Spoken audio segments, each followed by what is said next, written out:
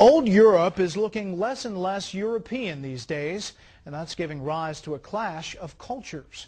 Correspondent Greg Burke reports from Brussels. When you think about Brussels, Belgium, you tend to think about the heart of old Europe, a city that's been standing there for centuries, a place where visitors find lots of excellent beers and very fine chocolates. Think again. Think about one of the biggest and youngest Muslim populations in Europe. Right-wing Belgians are worried for their future. It's terrifying me, and it's a threat for everybody who lives in Brussels. And it's important to know that the capital of Europe, Brussels is the capital of Europe, will be Islamized within 10-20 years. Belgium needed immigrant workers in the 1960s and 70s, but integration didn't come easily for the Moroccans and Turks who arrived. While there are no hard figures, as much as 25% of the city is Muslim. Molenbeek is a part of Brussels with one of the largest percentage of Muslim residents.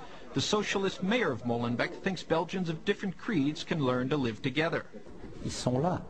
Be realistic. They're here, they're relatively numerous, and they're growing. Do you want your children and grandchildren to live a kind of civil war, or do you want them to live in peace?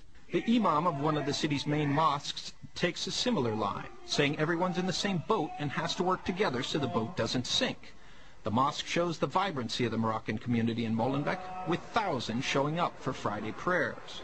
But there are problems. The neighborhood is so dangerous, police gave us an escort while taping and told us it would be safer to stay in the car.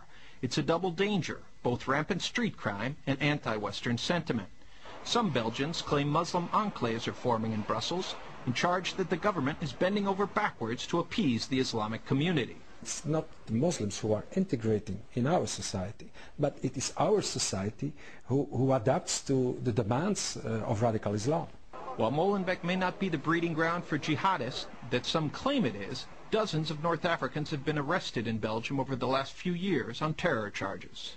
In Europe, they're already talking about what big city will be the first to have a Muslim majority. Could be here in Brussels. The United States, of course, is still a long way away from that, but if America does have anything to learn from Europe, it's that the lack of integration of the Muslim community comes with a very heavy price. In Brussels, Greg Burke. The debate over the Muslim veil comes at a time when an alarming number of British-born Muslims are being indoctrinated to hate the very country that they live in. These young men are willing to kill thousands of innocent men, women and children. After the attacks of 9/11, there was a big push to integrate the nearly 2 million Muslims into British society. Easier said than done. A recent survey of Muslims shows that just 44% of 18 to 24-year-olds feel Britain is their country. 30% would rather live under Sharia law than democracy. 28% would like to see Great Britain become an Islamic state. And an overwhelming majority, 81%, consider themselves Muslim first and British second. Many also find it difficult living in a modern society while remaining devout. How do you find a way to bring those two worlds together? I mean, it's not an issue of bringing the two worlds together. I have chosen my path and I will stick to it. Muhammad is part of the second and third generation of British Muslim immigrants who are struggling the most to find their place in society. Melanie Phillips has documented the rise of Islamic extremism in Britain. They don't feel they belong because they are stranded between their parents' values and society, which they reject, and the decadence of Britain. These youngsters are not only detaching themselves from society, but are becoming more zealous in their faith. They fall victim to radical Islamists who tell them that Britain and Western values are to be despised. Living in this world, in the Western culture, be patient, you know. To avoid such evils, Muhammad Yudim, like so many other Muslim immigrants, moved into so-called parallel communities where there's little hint of mainstream British culture. So they move into an area where there are lots of Muslims and lots of South Asians. Areas like East London, which has the highest Muslim population in the country. I feel very safe here as a Muslim. We can practice our faith with no distractions. Spend a few minutes on the streets of East London and you'd think you are in some Middle East capital. There's nothing here that you can't buy, mostly products Muslims want. There's no doubt that Islam today is having a profound impact on British culture and society. Take, for example, the bank across the street.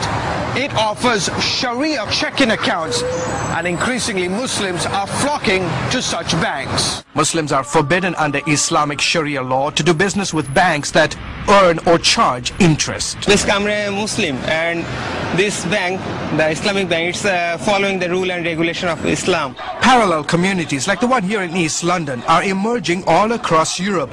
And in fact, some Muslims like to claim these areas are off limits to non-Muslims. Case in point, when Britain's Home Secretary John Reid visited East London in September, Abu Izzadeen, a radical Islamic leader, shouted at Reid saying, Reid replied, my friend, there is no part of this country which any of us are excluded from. Britain has prided itself on being a multicultural society, but Melanie Phillips says multiculturalism has instead allowed radical Islamists to flourish. The host community is saying multiculturalism, everyone's culture is identical value. Identical value minority to minority, and identical value minority to majority. So the majority is saying, you want to integrate? Forget it. We don't want you to because we no longer have any belief in what you're going to integrate into. That's really the damage, where the damage has been done. Phillips also says that since 9/11, the British government has bent over backwards to appease and accommodate the radical Muslims. It's taken the line of least resistance, and it very foolishly, in my view, believes that if you give in to the demands being made by extremists, you kind of make the problem go away. Well, we don't. We know that that's not true. It makes it worse.